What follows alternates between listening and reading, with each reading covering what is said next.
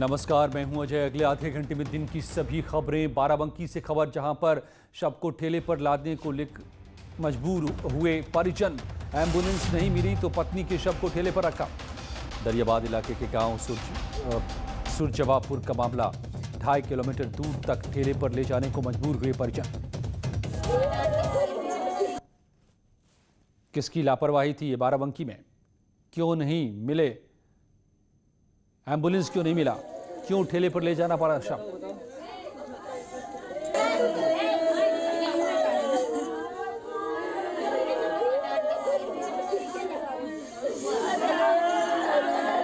आरोप है बाराबंकी में शव को ठेले पर इसलिए ले जाना पड़ा क्योंकि एम्बुलेंस नहीं मिली। सर वहाँ से ठेले से लेकर आए। अच्छा, यहाँ कितनी दूरी पड़ती है? सर यहाँ से हमको लग रहा है लमसम 4.5 किलोमीटर, 2-2.5 किलोमीटर पड़ता है। अच्छा, ये 2-2.5 किलोमीटर आप ठेलिया से लेकर आए? जी जी जी। ये वहाँ से आपको कोई साधन उपलब्ध कराया गया? नहीं सर, वहाँ से हमने भी मैम से एक बोला था, एक मैम से बोला था कि मैम यानी एम्बुलेंस हो तो दे दीजिए। तो एक यानी मैम बोली कि एम्बुलेंस नहीं मिलती बॉडी के लिए। हमने कहा अच्छा ठीक है, फिर अपना गाड़ी का व्यवस्था किया। गाड़ी नहीं मिली तो ठेला मंगवाया फिर। हाँ, ये प्रसंग अभी हमारे संज्ञान में आया है, जिसमें हमने अधीक्षक से भी पूछताछ भी की है। क्योंकि एम्बुलेंस तो जिंदा के लिए होती है, पहले मृतक के लिए एम्बुलेंस नहीं होती। मृतक के लिए शव वाहन होता है। तो शव वाहन CSC स्तर पर तो उपलब्ध रहता नहीं, एक जिले स्तर पर एक उपलब्ध रहता है, तो अपर्याप्त भी होता है। और उसके लेकिन ये है कि फिर भी सेंसिटिव इशू, मृत्यु हो गई थी, आपको संवेदनशील इशू है। अधीक्षक को अपने स्तर से कोई शव वाहन या कोई किसी तरीके से अरेंज करके उसको व्यवस्था करके उसके शव को भिजवाना चाहिए था। अनिरुद्ध हमारे संवाददाता मेरे साथ जुड़ गए हैं बाराबंकी से। अनिरुद्ध, डॉक्टर बता रहे हैं कि PSC के लेवल पर शव वाहन की व्यवस्था होती नहीं है, तो क्या आरोप है घर वालों का, परिजनों का? किस तरह की परेशानी हुई? देखिए अजय जी, बताना चाहूंगा कि बड़ी लापरवाही है। ये तो बात की बातें हैं जो अधिकारी ये बात बता रहे हैं। इससे पहले की अगर बात करी जाए तो जो प्रसूता थी, इसके परिजन की अगर बात माने तो इनके परिजन जो थे वो जब वहां अस्पताल लेकर के गए, उसके बाद उसकी हालत गंभीर बताई गई। उसके बाद इनको जो है महिला अस्पताल जो था वो रेफर किया गया था। इनके परिजनों का साफ तौर पे ये कहना था कि जो इसके बाद जब रेफर किया गया 1 से 1.5 घंटा लग गया। उसके बाद एम्बुलेंस नहीं आई। ऑक्सीजन की कमी थी, ऑक्सीजन की जो कह सकते हैं ऑक्सीजन की कमी के चलते वो एम्बुलेंस जो थी वो वापस चली गई, जिसके चलते इनकी मौत हो गई। बड़ा सवाल यहाँ पे ये है कि जो संबंधित जो स्वास्थ्य महकमा है उनकी किस तरीके की जिम्मेदारी बनती, क्योंकि लगातार जो है स्वास्थ्य विभाग जो है उसके लिए मॉनिटर किया जा रहा है। सुबह मुख्यमंत्री भी इस बात को कहते हैं कि स्वास्थ्य व्यवस्था चुस्त दुरुस्त रहनी चाहिए। प्रसूता जो थी उसकी जो थी वही अस्पताल के सामने जो है वो मौत हो जाती है, ऑक्सीजन के चलते मौत हो जाती है, जिसकी शिकायत जो है उसके परिजन लोग जो है वो लोग कह रहे हैं, साफ तौर से इस बात की वो बात कर रहे हैं कि तो लापरवाही क्या मौत की वजह बन गई यहाँ पर? ये अपने आप में बड़ा सवाल। और क्या अगर वक्त पर एम्बुलेंस मिला होता तो महिला की जान बच जाती, और जब मौत हो गई तो फिर ले जाने के लिए शव वाहन भी नहीं मौजूद, ठेले पर ले जाना पड़ा शव को। बाराबंकी की तस्वीर। देश भर में कांग्रेस का मशाल जुलूस निकला है। युवा कांग्रेस कार्यकर्ताओं ने निकाला जुलूस। कृषि बिल के खिलाफ कांग्रेस का प्रदर्शन सामने आया है। किसान विरोधी नियम को वापस लेने की मांग कर रही है कांग्रेस। केंद्र सरकार 2 कृषि बिल पास करा चुकी है। कृषि बिल में सुधार की मांग को लेकर प्रदर्शन किए जा रहे हैं। MSP की मांग कर रहे हैं विपक्षी दल। तो देखिए 2 तस्वीरें। पहली सोनभद्र से है, जहां पर युवा कांग्रेस कार्यकर्ताओं ने मशाल जुलूस निकाला। दूसरी तस्वीर दिल्ली की है, यहां भी कार्यकर्ताओं ने सरकार के खिलाफ प्रदर्शन किया। किसान विरोधी बिल वापस लेने की मांग कर रहे हैं कांग्रेसी। इनका आरोप कि सरकार किसानों को बर्बाद करने में जुटी है। किसान ने जो बिल पास कराए हैं वो किसान विरोधी हैं।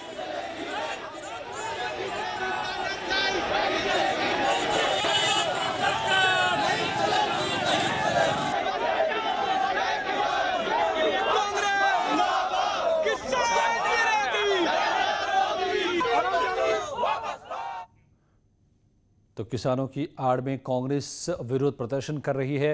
इससे पहले केंद्रीय मंत्री नरेंद्र सिंह तोमर से किसानों ने मुलाकात की, जिनका जोरदार स्वागत किया था और सरकार कृषि बिलों को अच्छा बताया था। सरकार के कृषि बिल को जिन किसानों ने मुलाकात की थी वो सभी किसान दिल्ली, हरियाणा और यूपी के थे। इन्होंने प्रधानमंत्री नरेंद्र मोदी का अभिनंदन किया है।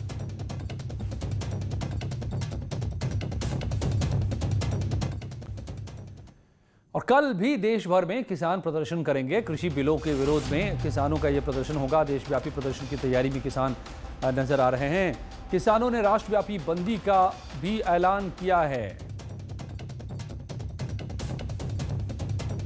मेरठ की तस्वीर किसानों की प्रदर्शन की बैठक की।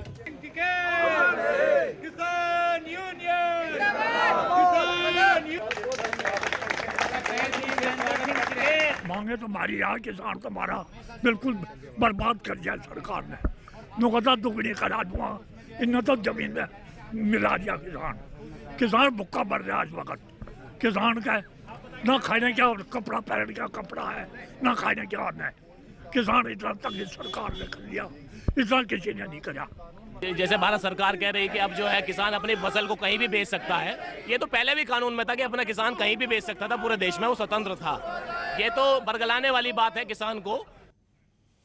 और बड़ी खबर आज की है लखनऊ से, जहां पर 69,000 शिक्षक भर्ती मामले में बड़ी पहल हुई है। अब 31,671 पदों पर नियुक्ति का शासनादेश जारी हो गया है।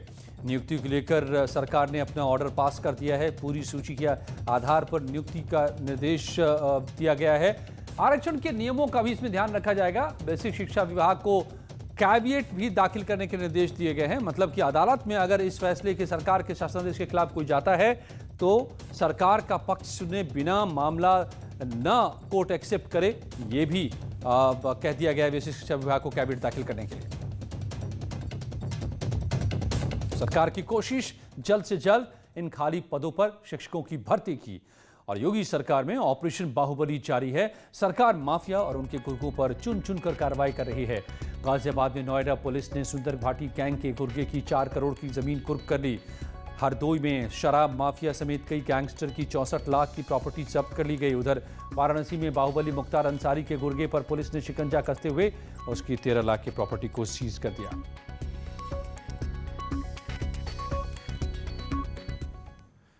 और सुंदर भाटी गैंग के गुर्गे पर शिकंजा कसा गया है। नोएडा गाजियाबाद में 4 करोड़ की संपत्ति जमीन को कुर्क किया गया है। नोएडा कमिश्नर के आदेश पर यह कार्रवाई हुई है। सतबीर बंसल की 40 बीघा जमीन को भी कुर्क कर दिया गया है। नोएडा पुलिस ने गाजियाबाद जाकर की कार्रवाई। गैंगस्टर सतबीर बंसल के गांव जाफराबाद में यह एक्शन लिया गया है और 4 करोड़ की संपत्ति को जब्त कर दिया गया है।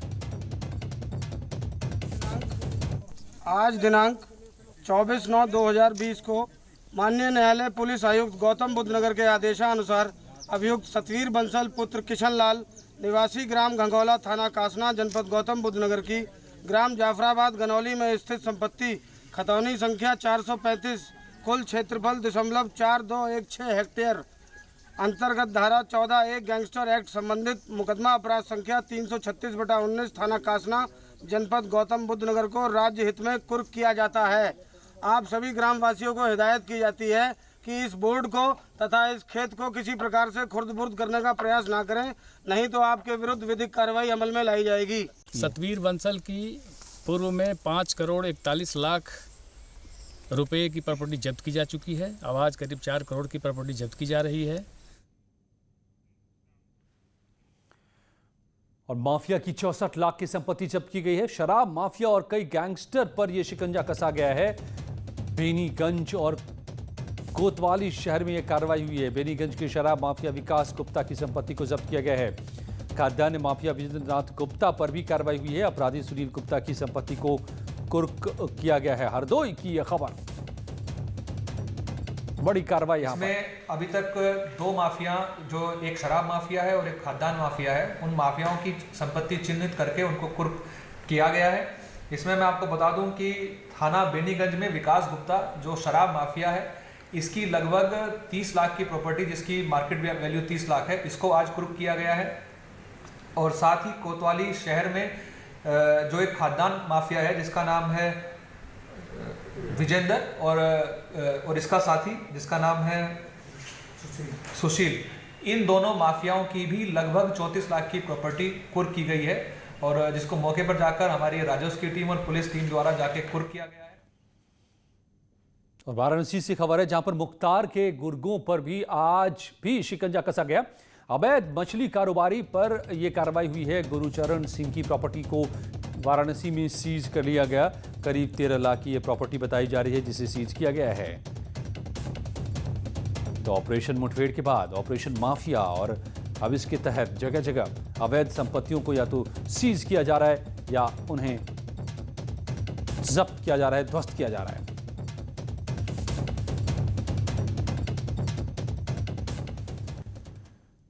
और प्रदेश में महिलाओं के खिलाफ हो रहे अपराध रोकने के लिए अब सरकार ने एक नया फॉर्मूला निकाला है और ये वैसा ही है जैसे हिंसा में शामिल अपराधियों को के पोस्टर चौराहे पर लगाए गए थे।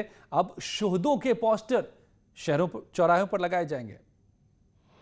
मुख्यमंत्री ने यूपी में महिला अपराधों को रोकने के लिए कड़ा फैसला लिया है। योगी ने शहरों के चौक चौराहे पर महिलाओं के खिलाफ किसी भी तरह के अपराध में शामिल आरोपियों के पोस्टर लगाने का ऐलान किया है।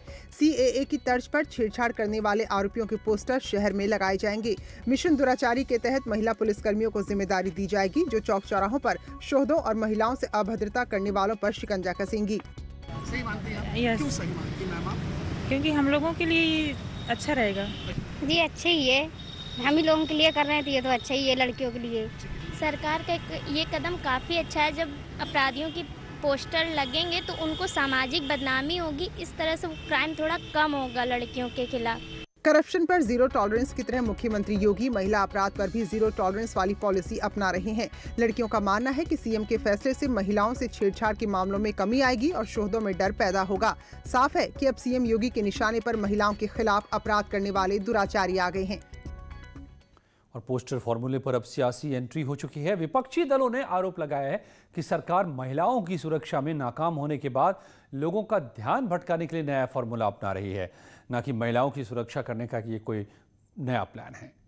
महिलाओं के खिलाफ अपराध रोकने के लिए योगी सरकार के पोस्टर फॉर्मूले पर सियासत शुरू हो गई है। सत्तारूढ़ दल बीजेपी का मानना है कि महिला अपराध में लिप्त आरोपियों के पोस्टर लगाने से अपराध कम होंगे, क्योंकि जब पोस्टर लगने शुरू हो जाएंगे तो बदनामी के डर से ऐसे अपराध करने से लोग झिझकेंगे। जो इस तरह की घटनाओं को अंजाम देते वो सार्वजनिक स्थानों पर जब उनके पोस्टर लग जाएंगे तो चिन्हित हो जाएंगे, समाज में भी उनका बहिष्कार होगा और जिस जगह वो खड़े होंगे वहाँ भी लोग उनको उस नज़र से देखेंगे। वहीं मुख्य विपक्षी दल समाजवादी पार्टी का आरोप है कि सरकार महिलाओं के खिलाफ होने वाले अपराध रोकने में पूरी तरह विफल रही है, इसलिए लोगों का ध्यान भटकाने के लिए केवल पैंतरेबाजी की जा रही है। आज उत्तर प्रदेश महिलाओं के अत्याचार में नंबर 1 हो गया है। अपराध रुकने का नाम ही नहीं ले रहा है। जिसकी होर्डिंग लगानी लगाइए, जिसके पोस्टर लगाने लगाइए, जो कानून ना बनाइए, लेकिन उत्तर प्रदेश की महिलाओं का सम्मान तो बचाइए। वहीं कांग्रेस ने सरकार पर तीखा हमला करते हुए कहा कि अगर महिला अपराध करने वाले अभियुक्तों के पोस्टर चौराहों पर लगेंगे तो इसमें बीजेपी के नेताओं के नाम सबसे ज्यादा होंगे। अरे भाई, शोहदों के पोस्टर लगाएंगे तो भारतीय जनता पार्टी के बड़े बड़े कई नेता इसमें जद में आ जाएंगे। और यूपी में नए समीकरण तैयार करने की तैयारी में है आम आदमी पार्टी, क्योंकि प्रदेश में बिना जनाधार की पार्टी अब सियासी जमीन तलाशने उतर रही है। आम आदमी पार्टी पंचायत चुनाव में अपने उम्मीदवार को खड़ा करेगी। ऐसे इस बात का अंदाजा लगाने की कोशिश होगी कि 2022 विधानसभा चुनाव में उतरने से पहले पार्टी को किन मोर्चों पर लड़ना होगा। आम आदमी पार्टी जमीनी लड़ाई लड़कर लोगों को जोड़ने की कोशिश के इरादे से इन चुनाव में उतर रही है।